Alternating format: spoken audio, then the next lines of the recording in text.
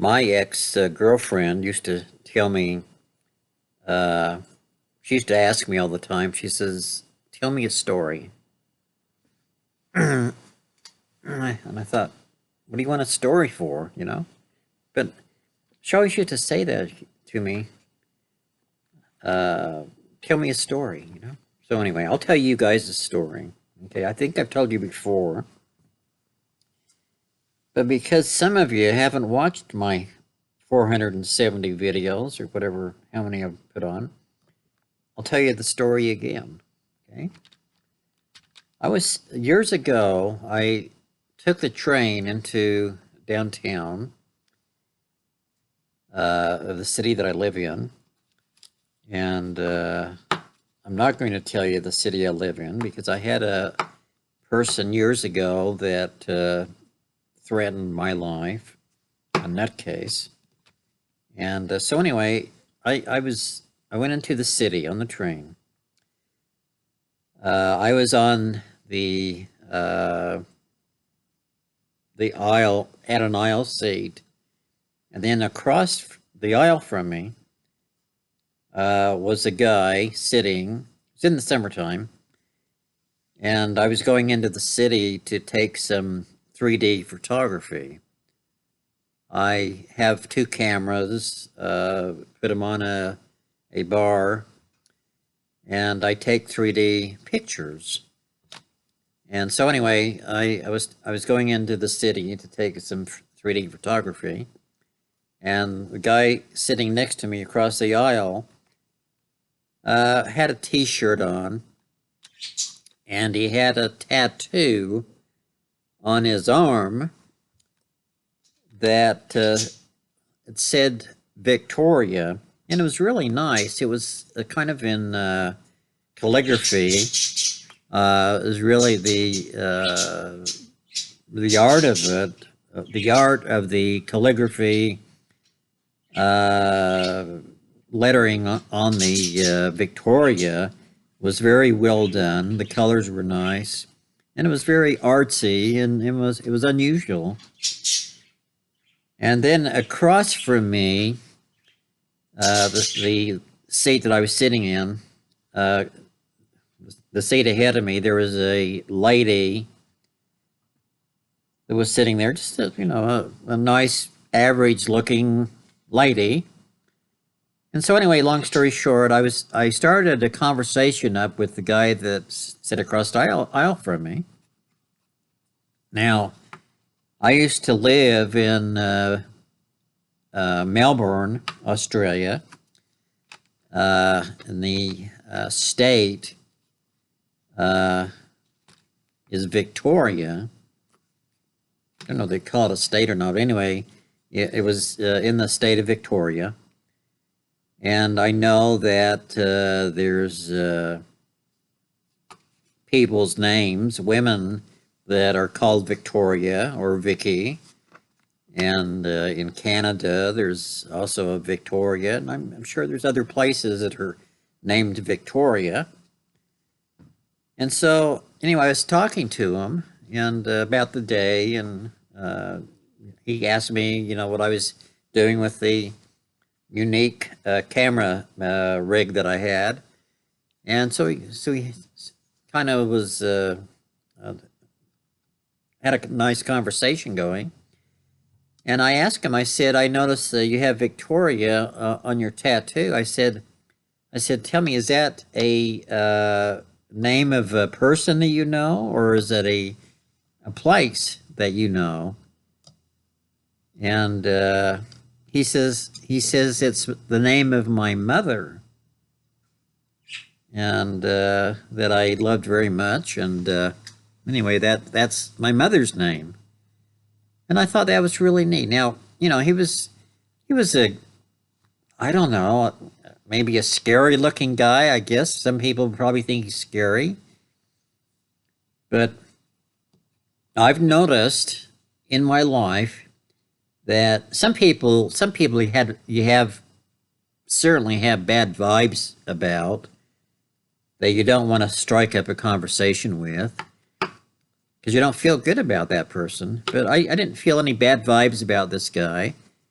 And even though he might look a little bit scary to people with his arms and his tattoo on it, uh, he didn't scare me. And so anyway, he says, "Oh, that's my mother's name." I said, "Well, that's." I said, "That's really nice." And of course, I asked him about if it hurt. I don't know anything about tattoos. I asked him if it would hurt him to have the tattoo, and he said he did it in stages, and we're talking about any tattoos that people have, that if they want to remove the tattoos later on in life, what kind of a process they'd go through, et cetera, et cetera. So I had a very nice conversation. He was a very nice guy. And the lady across from me, she started to talk to me. I mean, I talked to him, and then, I'd look back and just kind of mind my own business type thing. And she talked to me. At one time, she says, I don't understand guys that have tattoos. They've got to have something wrong with them. I don't understand people that do that. And the guy heard this woman say that, and I thought to myself, lady, just shut up. Are you crazy? I had a nice, decent conversation with this nice man, and you're sitting over here talking about you don't understand why guys have tattoos. Mind your own business. If you don't like his tattoo or people that have tattoos, shut up. No one wants to hear about it. Especially me, and especially this guy. Why in the world would you start talking about something like that when this guy can hear you? This woman was a nutcase. She really wasn't a nutcase. She just was not thinking properly. And I could not believe, her saying that, because, why would you want to offend this guy? Why would you want to? He was being decent to me, talking to me, and very, very polite, very courteous. And, he had the Victoria on his arm,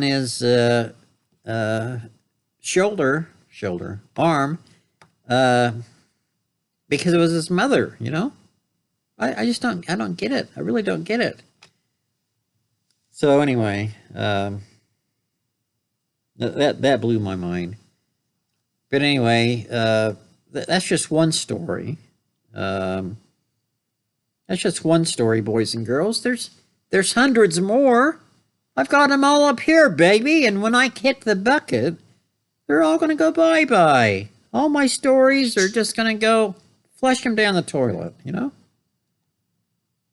Anyway, I don't know why I was thinking about that today, but I was thinking about it. And I thought, is this lady crazy? Can this lady just mind her own business? I wasn't talking to her. This guy certainly wasn't talking to her. If he had a nice tattoo or a tattoo on his shoulder, just shut up. No one cares about your input. Anyway, it was just unreal to me that she said anything like that. I've been doing a lot of looking on YouTube videos of things about the coronavirus, and to be honest with you, I'm a little bit stressed out. Well, a little stressed out. I am stressed out about it. I don't think that the world, at least the United States that I live in, is not going to get back to normal for a long, long time, if ever. They've been padding the numbers to inflate the numbers on the death count of the coronavirus. That's a fact. That in the hospital, when somebody dies of something, or they go in there and they die, whether it's pneumonia or a heart attack or flu or whatever it is, uh, they chalk it up as a coronavirus death, COVID-19. And they've inflated the numbers. In fact, they've been told, the hospitals have been told, for you that haven't kept up on this, they've been told that if you suspect at all that it could be COVID-19, then just put that on the death certificate, COVID-19.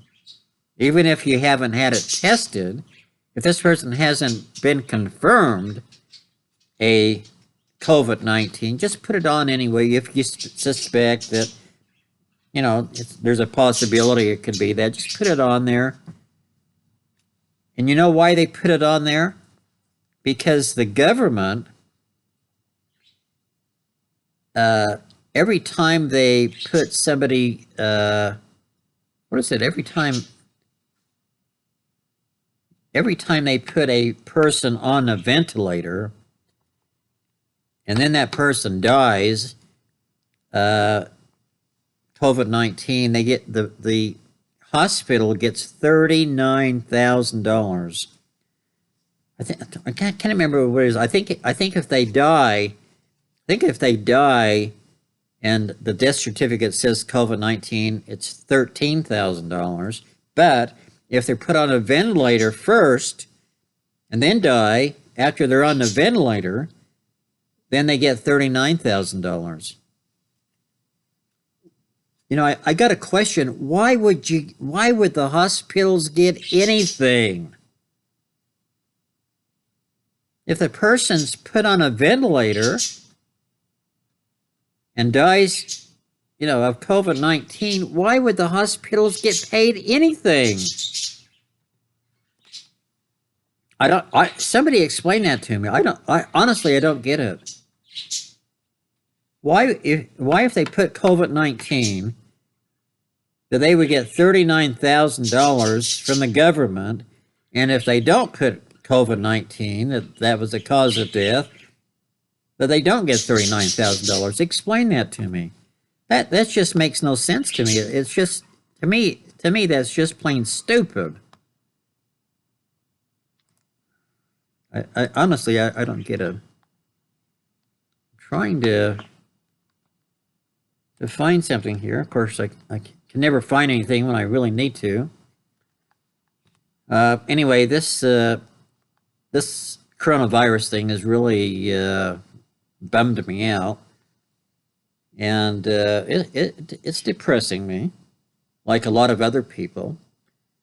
You go into a grocery store and people are walking around with masks on. It's like a horror movie, Some people should have masks on at all times, but, to cover their face.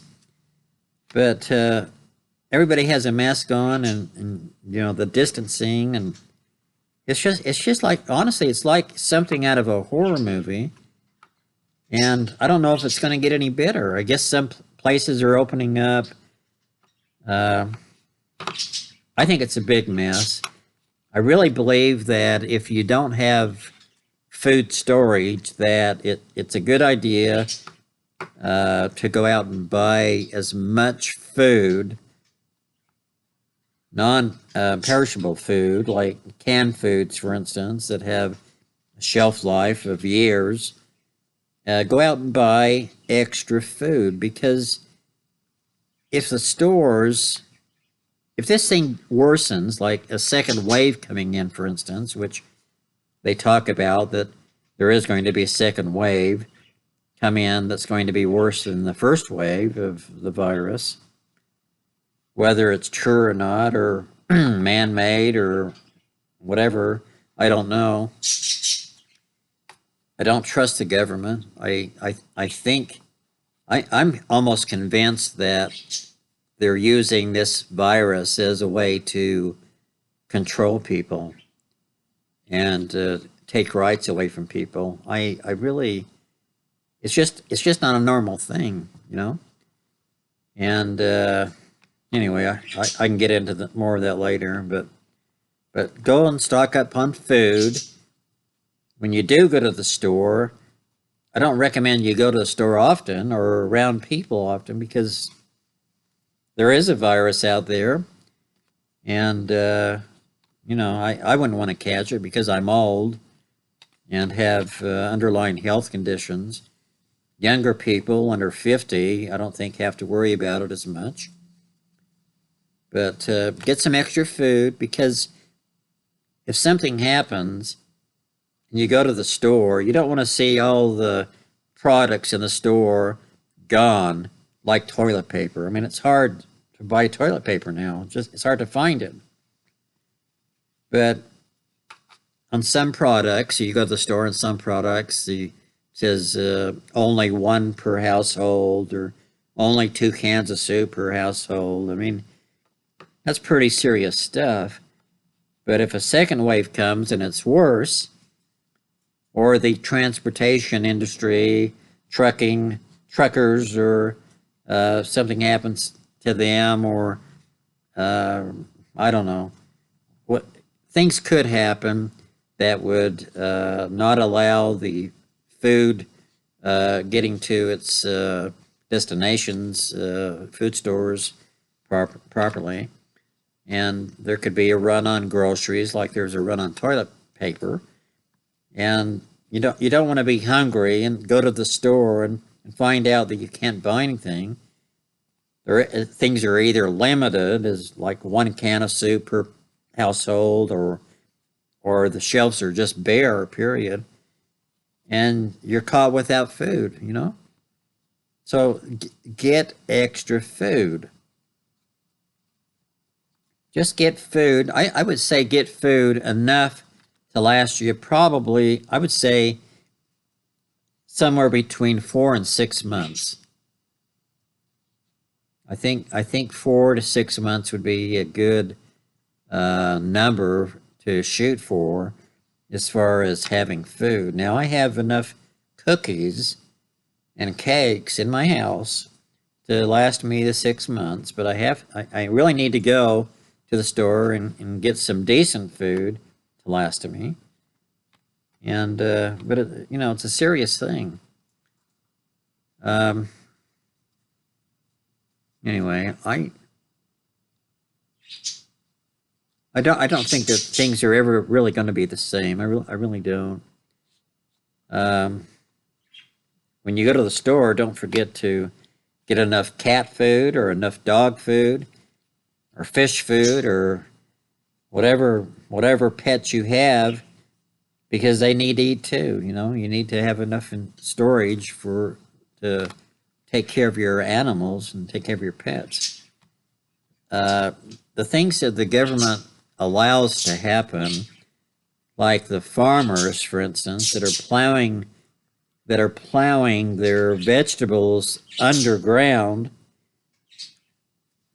and they're killing pigs and chickens, thousands and thousands, tens of thousands of chickens and cows and pigs, plowing vegetables under, because the farmers, one of the stories I heard, the farmers had contracts with different restaurants, and because the restaurants haven't been open, then the restaurants haven't ordered the food or got the food from the farmers, and so the farmers had to kill their stock and different things. I mean, it's just stupid. Can't the government have some kind of a program where they can take these animals, instead of just killing them, or once they do kill them, can they take the animals and freeze them? Can they freeze them and give them to people that need food, or give them to other countries that might need food? I mean, to just kill them and just plow the vegetables under, and hundreds of thousands of gallons of milk. Just just pour that out. Different things. I mean, it's just so stupid. I can't believe it. I don't know. I don't know. It's really depressing to me anyway. But you have to kind of, if there is a bright side to this, I think it's that people have a chance to get closer to God. They have more time in their hands. They can think about things and their life and what this all means, and they can become closer to God and what's really important in their life. There was a cartoon that someone did that had a picture of Satan, the devil, that was laughing, and he says he was laughing and says, "I've taken people's churches away so they can't go to church," and he was laughing about it that the people that love God can't go to church anymore because of this virus thing. And Satan thought that was pretty funny. And then the caption underneath the cartoon says, "Yes, that's true, but now there's a church in every home." I thought that was a pretty clever cartoon. And that's true. There is a church in every home because you have time to reflect on your life and what it all means, and I think it was a great cartoon. Anyway, I'm gonna go. I've probably bored you enough telling stories and different things, but I hope that you're all safe. I appreciate people that are kind to me and that leave nice comments. Uh, Hi, Sarah. Anyway, I appreciate the people that are kind, and I'm going to leave a link on three more songs. There's one song called "Drowning in Your Eyes" by Ephraim Lewis, and I'm going to leave a link into that for that one. Another song is by a group called Ambrosia, and it's called "You're the Only Woman," and it's one of my all-time favorite songs. I love that song. And another one is called "Lady Blue Eyes," and it's sung by a group called American Flyer. Probably no one's ever heard of that. But anyway, I think anyway, at least these are the type of songs that I love. Um I think they're great songs. Uh, they just there's to me, when I'm down, if I put on a song that brings back good memories, and I don't know, it does something to me. It gives me power and strength. And in my mind, I kind of go back in time to a time that a better time of my life, and but it just gives me some kind of a power. I don't know if you people ever feel that way, and when you hear a song that you really love, or that means a lot to you, or you think is beautiful or whatever, that it fills your spirit with joy, and you feel stronger because of it.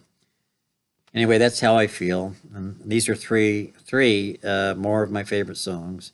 So I'll put a link into those songs, so those that want to listen to what I like can listen to them, and I hope that you'll find these songs enjoyable, and maybe you'll add it to your list of favorite songs.